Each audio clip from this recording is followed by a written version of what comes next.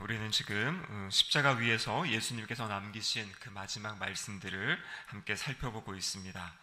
어제 우리가 나눈 말씀은 예수님이 십자가에서 처음으로 전하신 말씀이었죠. 기도하신 말씀이었습니다. 첫 번째 말씀은 하나님을 향한 기도였습니다. 그 기도는 바로 예수님을 지금 십자가에 못 박고 있는 그 사람들을 용서해 달라고 그렇게 이제 기도를 하신 것이죠. 그래서 예수님은 십자가에 달리신 이 마지막 순간까지도 바로 지금까지 주님이 가르치셨던 대로 원수를 용서하시고 또 원수를 위해 기도하시는 그러한 모습을 보여주셨습니다. 여러분, 그런데 이렇게 예수님이 기도하는 순간에도 사람들의 모습은 어떠했습니까? 어제 우리가 살펴본 것처럼 이 사형을 집행한 사람들은 예수님의 옷을 나누어 가지려고 하고 누가 속옷을 갖겠다고 그 제비를 뽑고 있는 모습이었고요. 이 종교 지도자들도 예수님을 비난하고 있었고, 또 군인들, 또 빌라도는 그 예수님의 이 명패 위에다가 유대인의 왕이라는 그런 표를 달아주었고요. 또 두 명의 강도는 예수님을 욕하는 그러한 상황에 지금 처해 있었습니다. 여러분, 예수님의 상황을 한번 생각해 보십시오. 지금 온몸이 책짓질을 당하고 또 온몸에 지금 피를 흘리는 그런 상황, 또 손과 발에는 이 못이 박혀가지고 지금 십자가에 매달려 계신 그런 상황입니다. 군중들은 또 예수님을 비난하고요. 또 종교 지도자들은 예수님을 모욕하고 있습니다. 그러니까 육체적인 그 고통과 함께 이 사람들로부터 오는 그 수많은 비난과 모욕의 이야기, 아마 이 정신적으로도 많이 예수님이 고통 가운데 계셨을 것입니다. 그런데 여러분, 이 상황에서 예수님은 무엇을 느끼시고 무엇을 생각하셨겠습니까?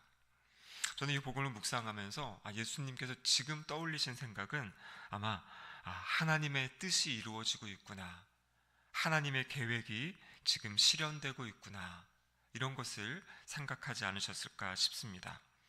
왜냐하면 이사야서 53장 12절에 보면요, 그가 자기 영혼을 버려 사망에 이르게 하며 범죄자 중에 하나로 헤아림을 받았음이니라. 여러분, 이 말씀이 이제 범죄자 가운데 예수님이 처하게 되는, 이 놓여지게 되는 그런 상황이거든요. 근데 이것은 예수님이 원한다고 하실 수 있는 일이 아니잖아요. 예수님이 십자가에 달리실 때 혼자 달리실 수도 있었던 것이고요. 그런데 오늘 본문을 보면 양옆에 이 범죄자들이 함께 있었던 그 모습, 아마 예수님은 이 십자가 상황 가운데 십자가 위에서 하나님이 말씀하신 그 예언의 말씀이 지금 이루어지고 있구나, 이것을 아마 생각하셨을 것 같습니다.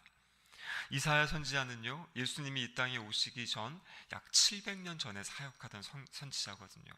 그러니까 700년 전에 하셨던 그 예언의 말씀이 지금 이 십자가상에서 이루어지는 그 이야기, 그 상황을 지금 보시면서 예수님은 아마 마지막까지도 바로 이 예수님이 이 십자가에 달리신 그 목적, 그것들을 기억하시며 이 십자가에 계셨던 것을 우리가 보게 됩니다. 여러분, 이 순간에 지금 이 양옆에 있는 사람들의 이 대화가 지금 예수님께 들려오고 있는 것입니다. 오늘 본문에는 이 양옆에 있는 사람들을 행악자다, 이렇게 지금 이제 표현을 했죠.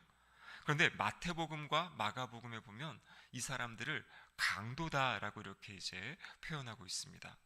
여기 말하는 강도는 이 노상 강도를 이야기합니다. 우리 누가복음 10장에 보면 이 사마리아 사람 한 사람이 이제 길을 가다가 이제 강도 만난 사람 이야기가 있죠.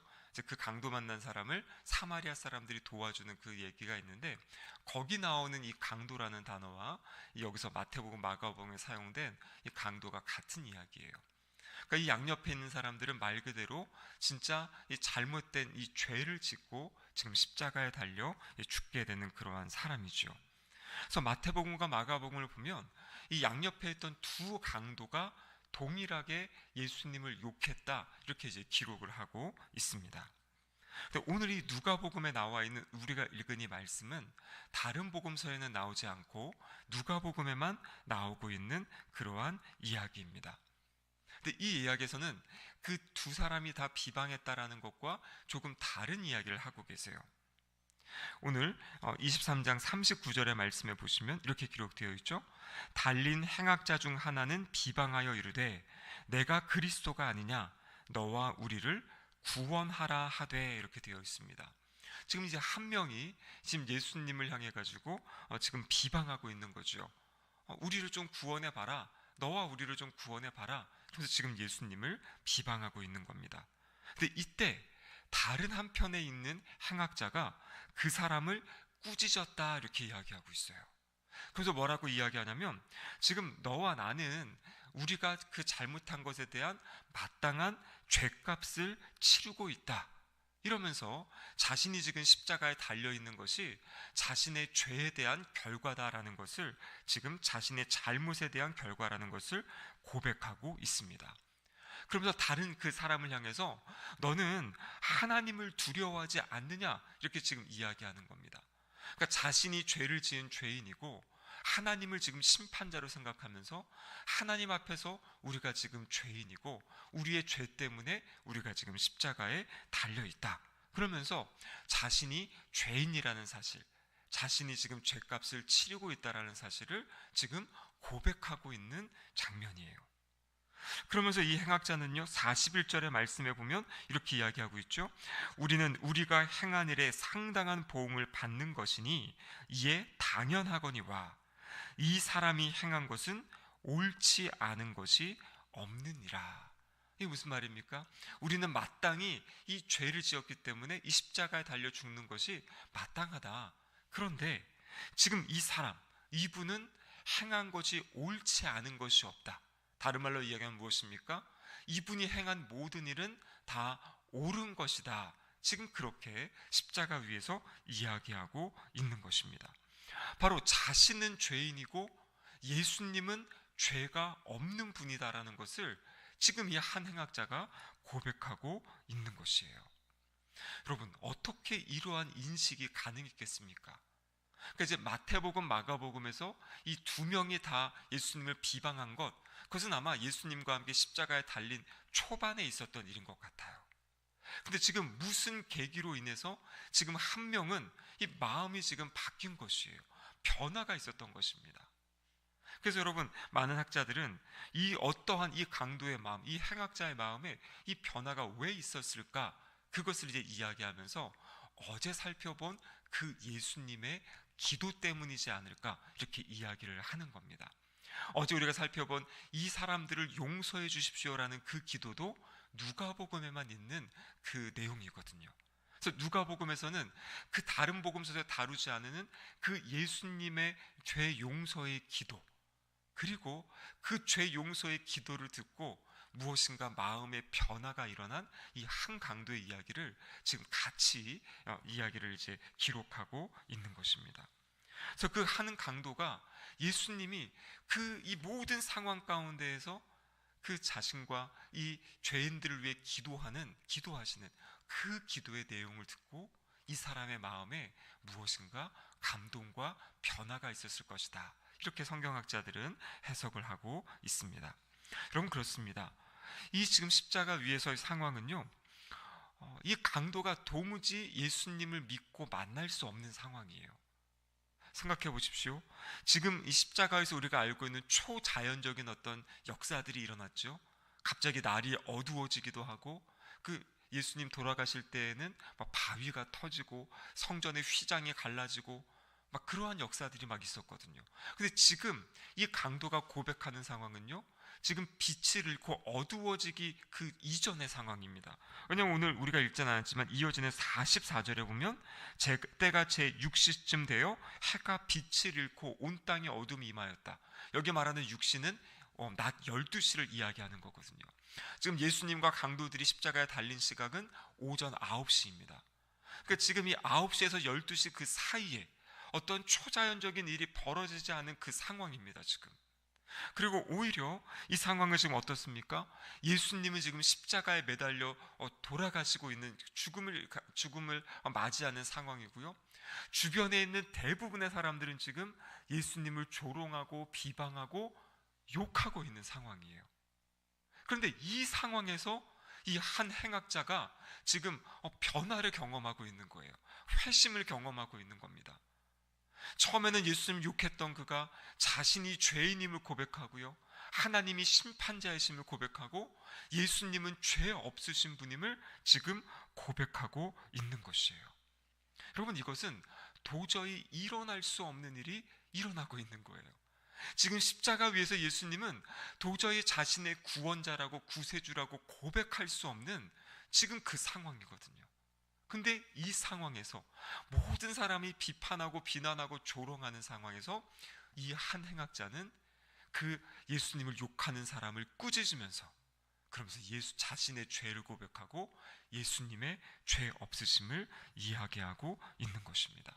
그래서 여러분, 이것은 정말 하나님의 초자연적인 역사다. 하나님이 정말 이 영혼을 구원하기 위해 이 짧은 순간에 그 예수님의 그 죄 용서의 기도를 듣고 그 기도 가운데 성령 하나님이 역사하셔서 이 사람의 마음을 지금 변화시키시는 거예요. 자신의 죄를 깨닫게 하고, 그리고 예수님이 어떠한 분이신지를 깨달아 알게 하는 그러한 놀라운 기적의 역사를 지금 하나님께서 이 행악자에게 보여주셨다라는 것입니다.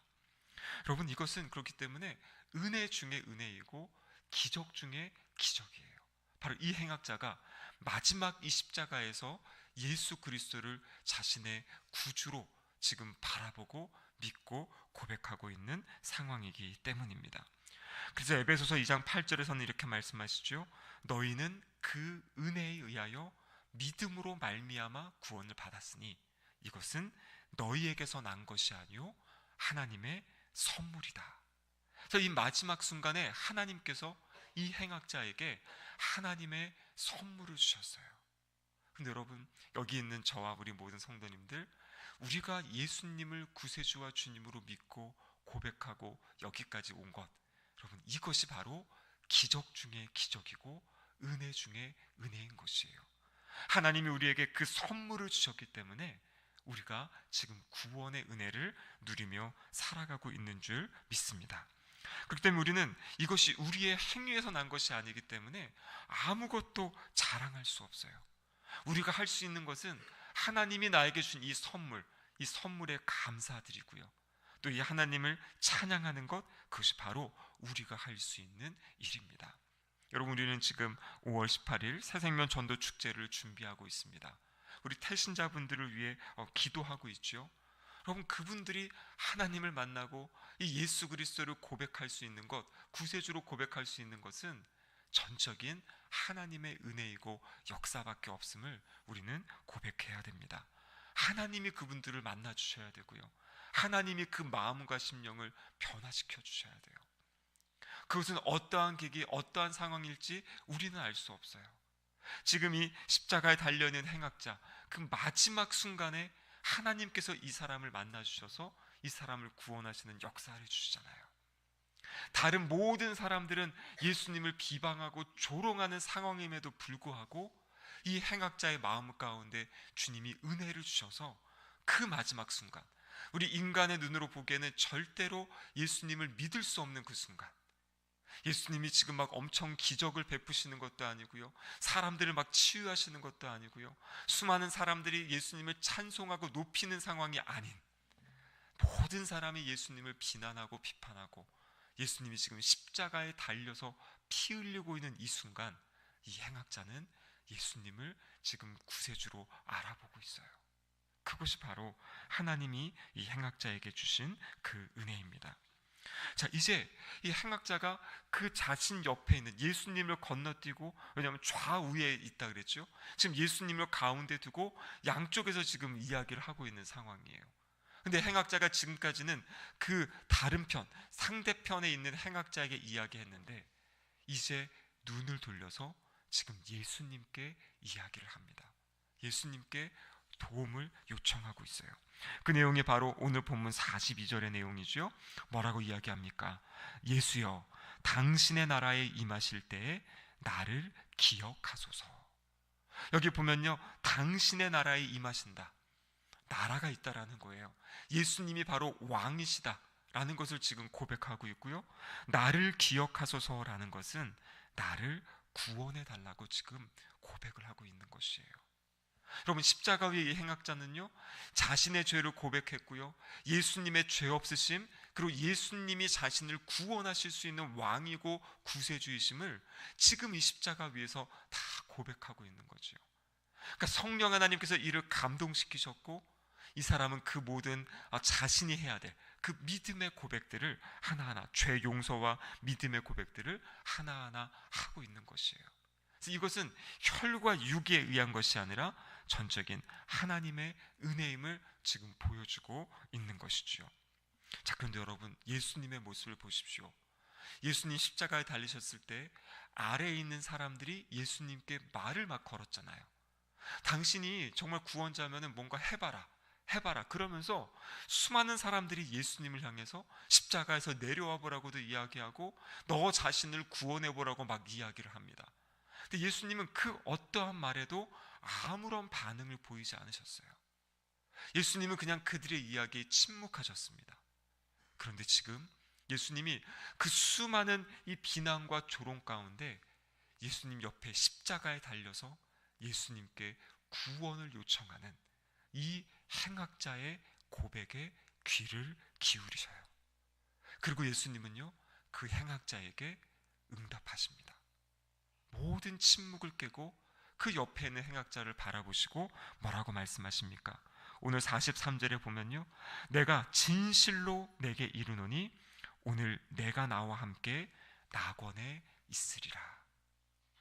지금 예수님께서 바로 입술을 여셔서 이 행악자에게 죄사함과 구원의 말씀을 지금 주고 계신 거예요.